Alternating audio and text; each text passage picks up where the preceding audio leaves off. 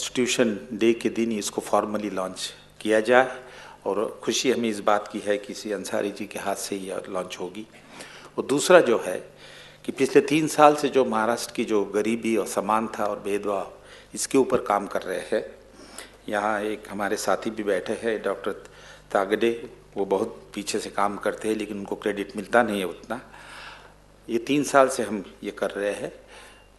150 pages की छोटी सी किताब निकाली है, बड़ी किताब आ जाएंगी ऑक्सफोर्ड की तरफ से। महाराष्ट्र में गरीबी और इनइक्वलिटी की स्थिति क्या है एग्रीगेट लेवल पे, लेकिन ग्रुप लेवल पे भी Adivasi, schedule caste, schedule tribe, religious minority like Buddhist, Muslim, Hindu, Christians, ये रिपोर्ट स्थिति आपको दिखाता है महाराष्ट्र की। उसका आज रिलीज होगा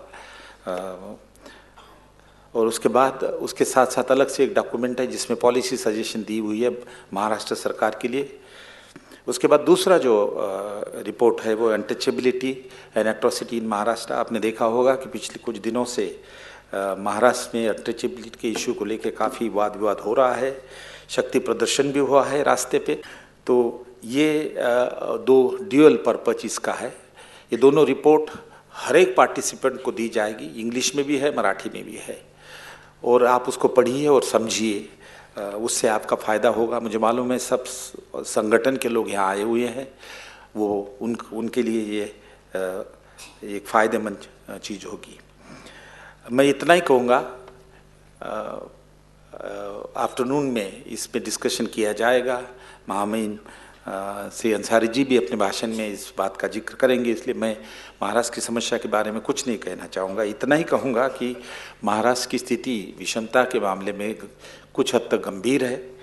एक ही मैं स्टैटिस्टिक देता हूँ कि महाराष्ट्र में पर कैपिटा इनकम जो है, स्टेट डोमेस्टिक प्रोडक्ट जिसको कहते हैं, नंबर 1 पे है, और वही एक मेजर होता है तरक्की मेजर करने का। लेकिन नंबर 1 पे पर कैपिटा इनकम के रूप में होने के बावजूद भी पॉवर्टी में 6वां है। सेकेंडरी हायर एजुकेशन के एनरोलमेंट में लगभग 11वां 13वां है, और माल न्यूट्रिशन में तो नंबर 1 पे है महाराष्ट्र। अब बताइए, जिसका पर कैपिटा इनकम सबसे ज़्यादा है उसी में सबसे ज़्यादा माल न्यूट्रिशन पाया जाता है, पर्टिकुलरली अमंग द ट्राइबल्स। और जो सबसे गरीब है उसमें आदिवासी है, दलित है, बुद्धिस्ट है, मुस्लिम है। तो ये जो ग्रुप डिस्पैरिटीज है इसमें बाहर निकल आएगी। मैं उसके बारे में ज़्यादा कुछ कहना नहीं चाहूँगा, लेकिन इस इशू को लेके ये ऑर्गेनाइजेशन काम करेगी। पहली स्टेप ये है कि समाज में जो सारे गट है उसकी समस्याओं का विश्लेषण करेगी, सरकार के सामने रखेंगी, उसके कॉजेज दे देगी, उसकी सॉल्यूशन देंगी और एडवोकेसी भी करेगी हर एक गवर्नमेंट के साथ, लीडर के साथ, एनजीओ के साथ, ताकि लोगों में कम से कम ज्ञान बढ़े। जो डॉक्टर बाबा साहेब अम्बेडकर ने कहा था कि before you organize and agitate first get yourself educated. तो ये पहली स्टेप है हमारी कि जिसमें हम आपका एजुकेशन, आपकी समझ बनाने की कोशिश करेंगे। और ये सारी रिपोर्ट जो है ये आफ्टरनून के सेशन में डिस्कस की जाएंगी, कोर्स ऑफ एक्शन भी रखा जाएगा। मैं प्रोफेसर रहा हूँ, लिखता रहा हूँ, लेकिन एकेडमिक एक्टिविस्ट रहा हूँ, समाज से दूर हटा नहीं। वो सारी देन डॉक्टर बाबा साहेब की है, उनके कॉलेज में मैंने अंडर ग्रेजुएट डिग्री की तो वो साथ रही है। तो I am happy that the honourable Vice President, former Vice President will release the book. I welcome you, sir, once again. I thank you again from the bottom of my heart. But I also welcome all of you who have been helping for this association, participating, and you have come all the way. The hall is completely full. I don't know whether there are people staying outside. The organizer have put up a board there where they can see if there is no enough space here. Thank you very much and welcome you once again. धन्यवाद sir. इस अवसर पर महामहिम हामिद अंसारी साहब के करकमलों द्वारा संगठन के 2 महत्वपूर्ण दस्तावेज के विमोचन का मानस है। उसमें पहला अहवाल है problem of poverty and inequality in Maharashtra, linkages with wealth inequalities and discrimination. इसके 2 भाग है। पहला है memorandum to the government of Maharashtra और दूसरा है चार्टर ऑफ डिमांड्स इस अहवाल के 2 भाग के अंग्रेजी तथा मराठी संस्करण भी है। मैं भूतपूर्व उपराष्ट्रपति महामहिम डॉक्टर हामिद अंसारी साहब से गुजारिश करूंगा कि वे इस अहवाल का विमोचन करें।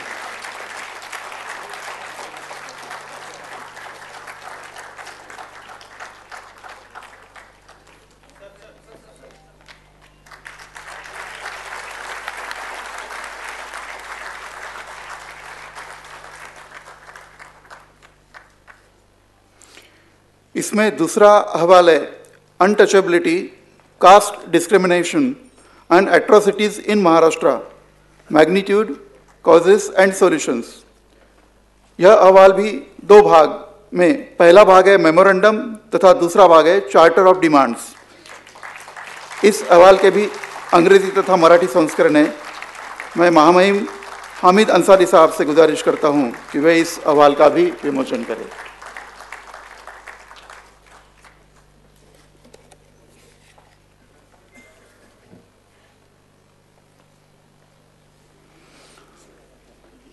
इस संस्मरणीय समारोह के मुख्य अतिथि महामहिम हामिद अंसारी साहब से फिर से गुजारिश करता हूं कि वह इस संगठन का उद्घाटन तथा अहवाल प्रकाशन के संदर्भ में हमें मार्गदर्शन करे तथा हमें उपकृत करे।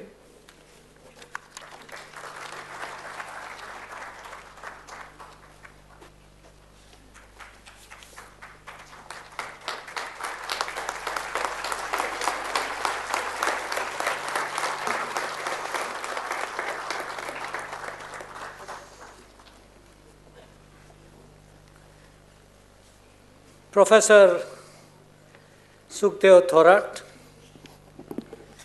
dignitaries on the dais, distinguished guests, visitors from all parts of Maharashtra, ladies and gentlemen.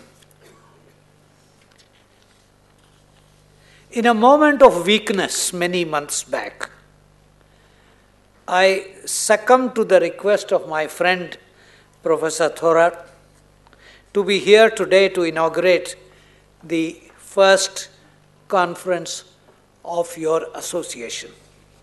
And having learnt a little more about the association, I do feel that every right-minded citizen of India should be a member of the association.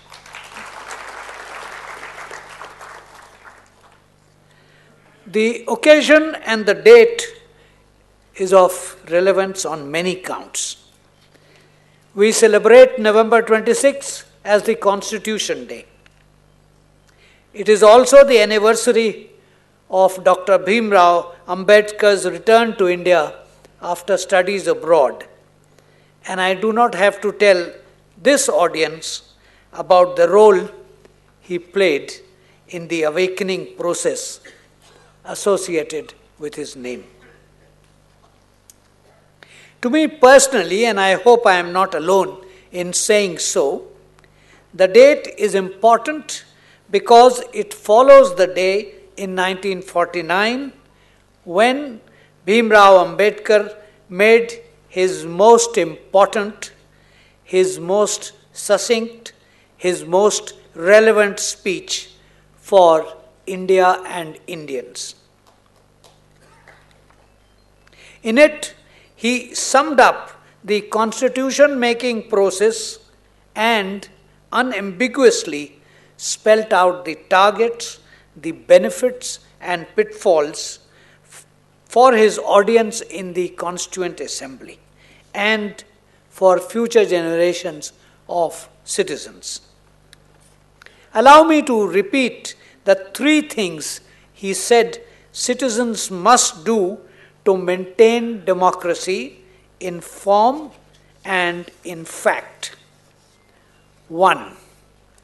To hold fast to constitutional methods of achieving our social and economic objectives and to resort to unconstitutional methods only when there was no way left for constitutional methods. Second, take care not to lay their liberties at the feet of even a great man, or trust him with power which enables him to subvert their institutions, because, as he said, in politics, bhakti or hero worship is a sure road to degradation and to eventual dictatorship. And thirdly, citizens must not be content with mere political democracy that cannot last unless there lies at the base of it social democracy. Dr. Ambedkar defined social democracy as a way of life which recognizes liberty, equality, and fraternity as the principles of life, as interdependent as a trinity that cannot be separated. Having outlined the ideals, Bhimrao Ambedkar was brutally honest in assessing the prevailing reality in our society and asking his audience to accept that there is both an absence of equality in our society and a lack of recognition of fraternity as a basic principle. The objectives were thus clearly spelt out and were inscribed in the Constitution. Their implementation over a period of almost 7 decades gives us a fair opportunity to assess it on 3 counts. 1, what has actually been done? 2, what are the shortfalls? And 3, how should we proceed from here? The theme of this conference, namely emerging challenges of socio-economic equality and erosion of secular state, thus gives us an opportunity to examine the scorecard. There should also be no ambiguity about the intrinsic linkage between the 2 dimensions of the subject, since in a diverse and composite society like ours, no effort at seeking socio-economic equality between citizens is possible unless the state as the implementing agency is secular in letter and spirit and acts at all times to implement the provisions of Articles 14, 15, and 16 of the Constitution. Any erosion in the secular functioning of the state is thus detrimental to the totality of the objectives set out in the Constitution. Friends, the focus of today's conference is on problems of poverty and inequality in Maharashtra. The specific subjects listed in the concept paper can be summed up in 3 categories: poverty, education, and employment. Since its creation in 1960, the state of Maharashtra has made considerable progress in terms of human development indicators such as income per capita, poverty, nutrition, education, and civic amenities. And Professor Thorat referred to it briefly. Let me list these out. Firstly, poverty levels in the state have been reduced from 49% in 1993 to 17% in 2012. Secondly, literacy rates have improved from 65% in 1991 to 82% in 2011. And enrollment in secondary and higher education and higher secondary education has improved from 71% in 2007-8 to 87% in 2014-15. Also, the enrollment rate for higher education has improved from 20% in 2007-8 to 31% in 2015. And thirdly, the availability of housing, drinking water, electricity and latrine has improved. The percentage of households without safe drinking water, latrine and electricity, that was 36, 65 and 22% respectively in the year 2001, was reduced to 32, 47 and 16% respectively in 2011.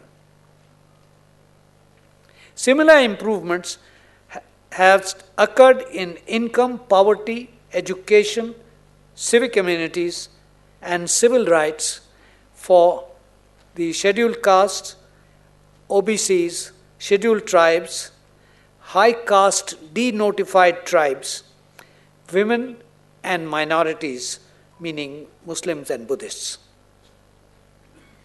However, and this is important, development has been unequal. Poverty and inequalities still persist, and the goal of secure better life for all remains elusive. Progress in human development indicators is slow. The poor have benefited less than the non-poor, making the development in Maharashtra less pro-poor and unequal. In many respects, it compares less favorably to states having lower per capita income. Thus, in the year 2012, Maharashtra ranked second in per capita income, but sixth in poverty levels, highest in malnutrition, sixth in proportion of anemic children, and fifth in proportion of anemic women, ninth in the enrollment rate of higher education, ninth and 14th in secondary and higher secondary, and lags behind in indicators like poverty, malnutrition, health, and school higher education, despite being second in per capita income. The reports that have just been released for discussions focus firstly on the nature of the unequal development in the state, secondly on its causes, and thirdly on the policy reforms to bring improvement in the well-being of the poor people. As many of you would be aware, unequal human development is measured by looking at two sets of inequalities. Firstly, interpersonal, and secondly, intergroup. The interpersonal inequalities are between individuals such as poor and non-poor, and would include differences between male and female, scheduled caste, OBCs, and high castes, tribal and nomadic, and denotified and non-tribal, and between Hindus, Muslims, and Buddhists. These, despite reduction in poverty levels, show that in the year 2012, about 17% persons were poor, of whom 25% were rural and 9% urban. The poorest amongst these were casual wage labor. Workers in informal sectors and small farmers and small non-farmer entrepreneurs are poorer. This is reflected in data relating to availability of drinking water, housing, latrine facilities, children's health, illiteracy, and housing, and results from inequality in ownership of wealth, in regular salaried employment, in unemployment, and in education. These bring forth inequalities in income and result in high poverty for those who lack assets, employment, and education.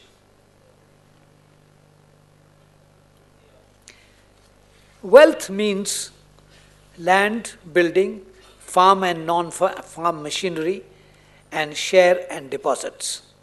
In the year 2013, top 20% of households in Maharashtra owned 84% of wealth, while 80% owned 20%.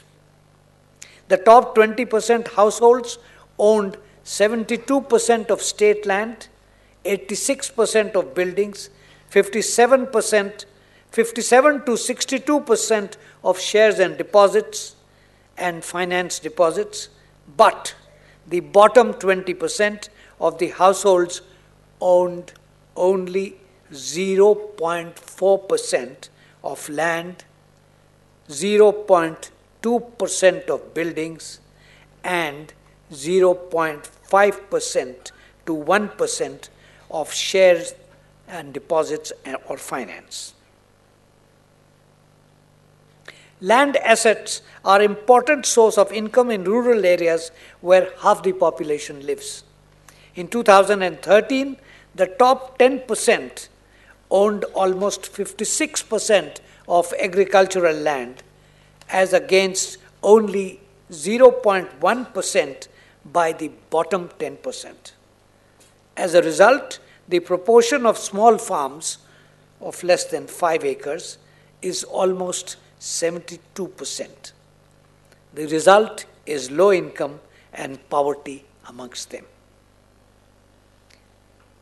Similar inequality is observed in ownership of private enterprises or businesses that are the main source of income for about 11% of the household in rural and 30% in urban areas. Their turnover and income is low.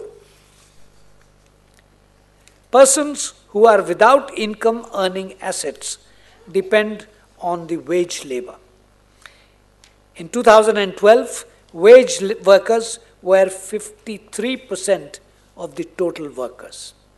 Of these, the regular salaried workers were about 26%, and the remaining 26% were casual laborers on even lower wages. In the final analysis, employability is dependent on education levels. This, in turn, is reflective of inequality in income groups. In 2014, the enrollment rate in higher education for the bottom income group was about 16%. For the middle income group, it was 22 to 25%. It was 38% for the upper middle and 75% for the top income group. These facts lay bare the reality of the situation. Even more pervasive is the category of intergroup inequalities relating to disparities between castes, tribes, religious minorities, and male-female. In caste or tribal terms, the scheduled castes are 54%. The scheduled tribes are 54%, and scheduled castes, who are 20%, are the poorest compared with the OBCs, who are 14%, and high caste, who are 9%. The OBCs are less poor than the scheduled caste or scheduled tribes, but more poor than high caste. The scheduled caste and scheduled tribes also lag behind the OBCs and high caste in education attainment, availability of civic amenities like housing, water, latrine, and electricity at home. The scheduled castes also face denial of civic and economic rights in many spheres, if not in all, on account of the persistence of untouchability and caste discrimination. This is clear from the data for the 20 years period from 1995 to 2015, in which scheduled castes in Maharashtra registered a total of 22,253 incidents of denial of equal rights. Amongst religious minorities, Buddhists are the poorest, accounting for 28%, followed by Muslims, accounting for 19%, and Hindus, accounting for 12%. Buddhists and Muslims also lag behind in education and access to civic amenities. Differentiation on grounds of sex is reflected in women and girl child, particularly amongst the scheduled caste and scheduled tribes, suffering from higher levels of malnutrition and anemia. In demographic terms, the Buddhists constitute 5.8% of Maharashtra's population, the Muslims constitute 11.54%, and the Hindus constitute 79.83%. The sources of group inequality and poverty vary amongst groups. The main reason for low income and high poverty amongst the scheduled castes compared with OBC and high caste is low ownership of income earning assets like agricultural land and private enterprises, and a range of critical handicaps in education, employability, and wage structures. Ladies and gentlemen, a recently published book, its title is Caste, Discrimination and Exclusion in Modern India, has shown with irrefutable data that, and I quote the authors there, that underpinning all forms of disadvantage is the practice of untouchability with regard to Dalits and consideration of Muslims being seen as others, end of quote. It pleads for equality not only in law but in actual practice. The conclusion is unavoidable that human development in Maharashtra, like in other parts of our land, is unequal, and that the requirement of justice and social peace demands that it be addressed on a priority basis and be made equitable. This is the target that this association has set for itself. It highlights the importance of group action and also sets a model for emulation for other states in the country. Jai Hind.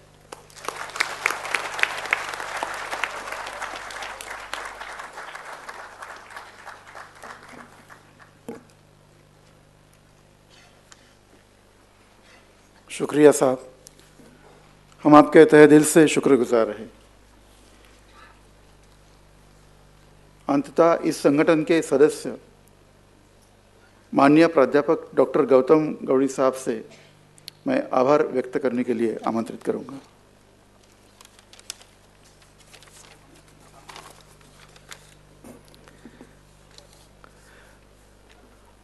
Honorable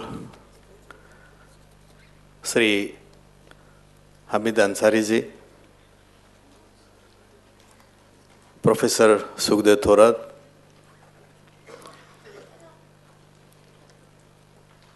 Dr. Harshdeep Kamble, it's a great pleasure for me to propose vote of thanks at this historical conference, which is being inaugurated today. First of all, I thank our former Honorable Vice President, Hamid Ansari ji for sparing his valuable time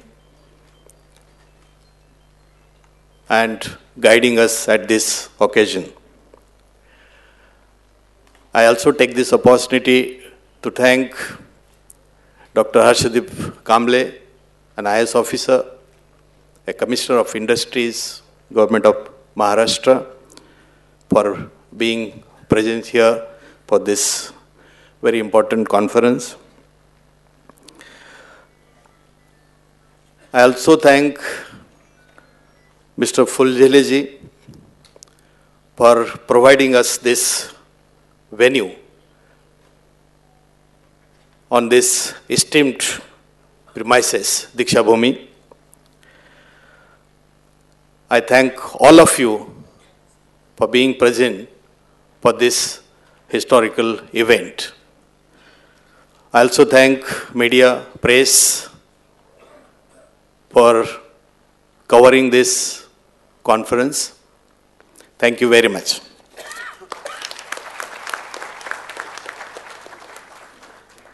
इस सत्र का समारोह राष्ट्रगीत से होगा।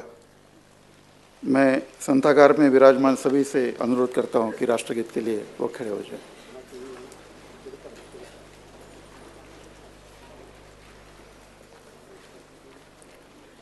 जन गण मन अधिनायक जय हे भारत भाग्य विधाता, पंजाब सिंधु गुजरात मराठा द्राविड उत्कल वंग, विंध्य हिमाचल यमुना गंगा उच्छल जलधि तरंग, तव शुभ नामे जागे तव शुभ आशीष मागे, गाहे तव जय गाथा, जन गण मंगलदायक जय हे भारत भाग्य विधाता, जय हे जय हे जय हे जय जय जय जय हे। धन्यवाद।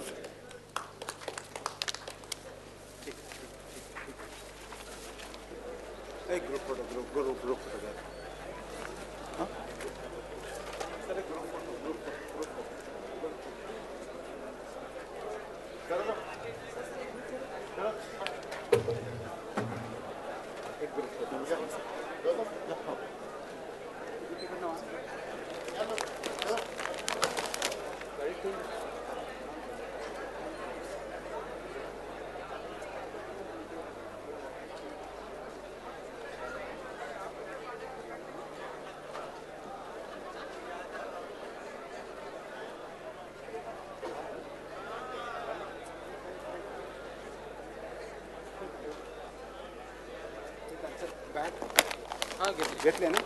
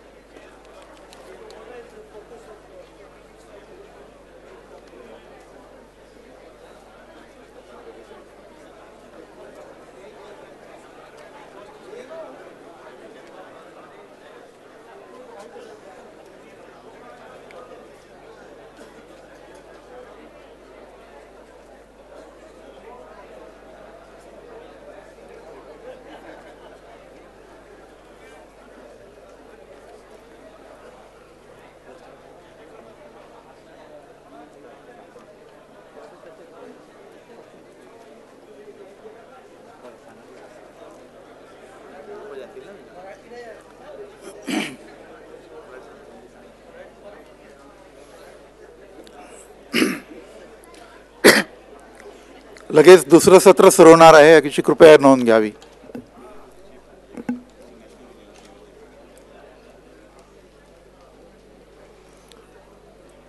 सभागृहातील सर्व मान्यवरांना मी अशी विनंती करतो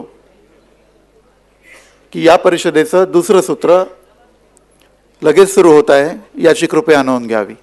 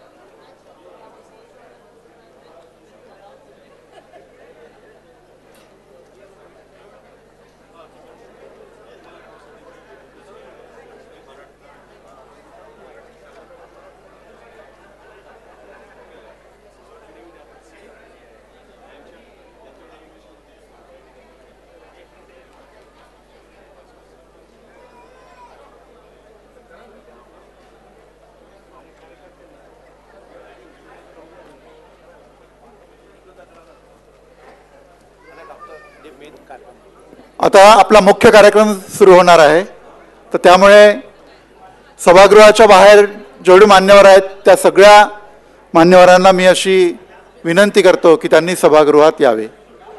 लगेच दुसऱ्या सत्राला सुरुवात होईल.